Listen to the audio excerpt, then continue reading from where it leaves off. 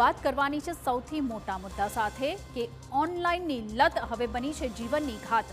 Mobile phone આજે સુવિધા નહીં પરંતુ જાણે એક ખતરો બની ગયો છે। અનેક લોકો માટે આ આદત નહીં લત બની ગઈ છે। સ્ક્રીન પર સરકતી આંગળીઓ સાથે મન પણ ધીમે ધીમે બંધક બની ગયું છે। તાજેતરના અભ્યાસે ચોંકાવનારો ખુલાસો કર્યો છે કે 43% લોકો આજે ડિજિટલ ગુલામ બની ગયા છે અને દરરોજ સરેરાશ 7 કલાક મોબાઈલ સ્ક્રીન સામે પસાર થાય છે અને આ સ્ક્રીન ટાઈમ હવે સાયલેન્ટ ડિપ્રેશનનું કારણ બની ગયું છે।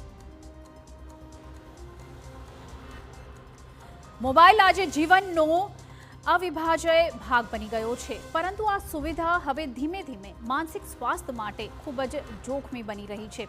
તાજેતરના અભ્યાસમાં ખુલાસો થયો છે કે 43% લોકો ડિજિટલ ગુલામ બની ગયા છે। મોબાઈલની લત કેવી રીતે લોકોને સાયલેન્ટ ડિપ્રેશન તરફ ધકેલી રહી છે તે ચિંતાજનક છે।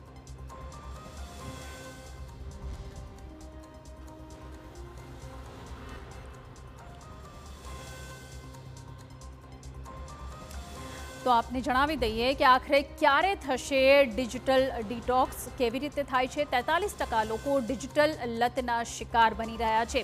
દરરોજ 7 કલાક સ્ક્રીન ટાઈમ હોય છે જે ખૂબ જ ખતરનાક છે।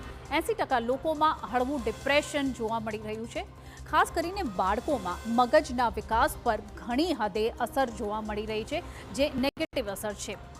આગળ વાત કરીએ તો એક મેડિકલ કોલેજના મનોરોગ વિભાગ દ્વારા કરાયેલા અભ્યાસ મુજબ 500 લોકો પર કરાયેલ સંશોધનમાં 43% લોકોમાં ડિજિટલ ડિપેન્ડન્સી જોવા મળી છે અને આમાં મોટાભાગના લોકો દિવસના 7 કલાક મોબાઈલ સ્ક્રીન સામે વિતાવે છે। આ અભ્યાસમાં ખુલ્યું છે કે 80% લોકોમાં હળવું પરંતુ સતત ડિપ્રેશન જોવા મળી રહ્યું છે। મોબાઈલ વગર ગભરાટ, ઊંઘ ન આવી, તણાવ અને વારંવાર ફોન ચેક કરવાની ટેવ આ બધું નોમોફોબિયાના લક્ષણ છે। સ્લીપ ડિપ્રાઇવેશનને કારણે ડે ટાઈમ કોન્સન્ટ્રેશનને ફોકસને કારણે એ લોકોને ભણવામાં એ લોકો પાછા પડી રહ્યા હોય એવું પણ ફીલ આવે છે। રાઇટિંગમાં ઇસ્યુ થાય છે।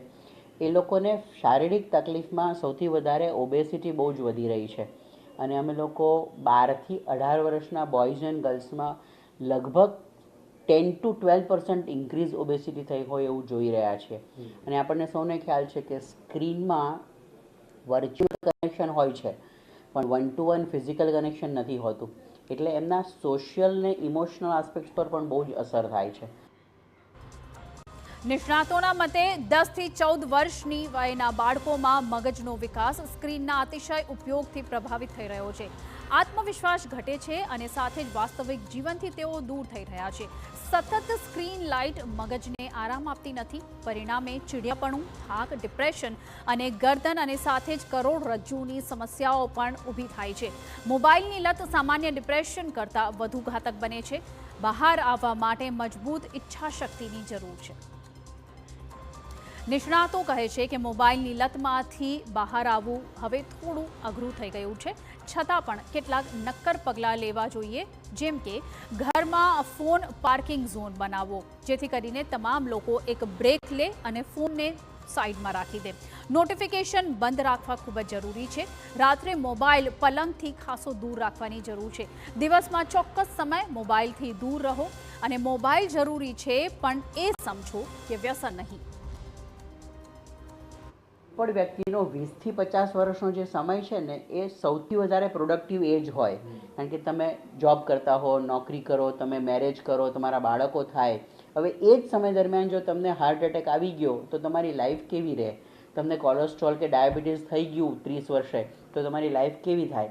ઓબેસિટીને કારણે તમને આર્થરાઇટિસ થયા અને તમને બે નીમાં પેઇન શરૂ થયું તો ખરેખર જીવવાના સમયે તમે પાંગડા થઈ જાઓ। એટલે આ બધી જ વસ્તુઓ અત્યારે આપણને નહીં ખબર પડે પણ હજી 10 વર્ષ પછી 2035માં વાત કરીશું ને તો આપણને ખ્યાલ આવશે કે આ અત્યારે જ સ્ટેપ્સ લેવાની જરૂરિયાત છે અને એમાં પેરેન્ટ્સ, ટીચર્સ, અમારા જેવા ડૉક્ટર્સ અને ગવર્મેન્ટ જો એક થઈને કામ કરશે ને તો રિઝલ્ટ બહુ પાવરફુલ મળશે આપણને। જો આજે નિયંત્રણ નહીં રાખીએ તો આ ડિજિટલ લત આવતીકાલે માનસિક સંકટ બની જશે। સમય છે સ્ક્રીન ટાઈમ ઘટાડવાનો અને જીવન વધારવાનો।